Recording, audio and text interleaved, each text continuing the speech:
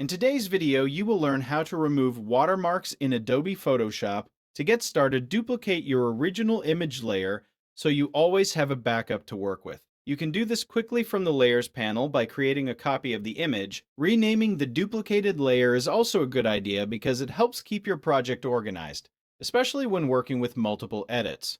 Once the duplicate layer is ready, make sure it is selected before moving on to the next step. Now head over to the toolbar and select the Object Selection tool. In some cases, another selection tool may appear in the same spot, so simply right-click the icon and choose the Object Selection tool from the list. After selecting it, look at the settings along the top menu. Set the selection type to Lasso mode so you can manually outline the watermark areas with better control. This works especially well for stock photo watermarks placed across different parts of the image. Start by selecting the watermarks located in the background, since those are usually easier to remove. Slowly trace around each watermark using the lasso selection.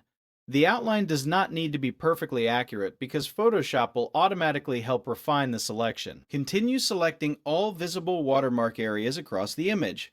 Once the easier sections are done, move on to the watermarks placed over the main subject of the photo. These areas can be slightly more challenging, so take your time while tracing around them. After all watermark areas have been selected, go to the top menu and choose Select, then Modify, then Expand. Expanding the selection helps Photoshop blend the surrounding pixels more naturally when removing the watermark.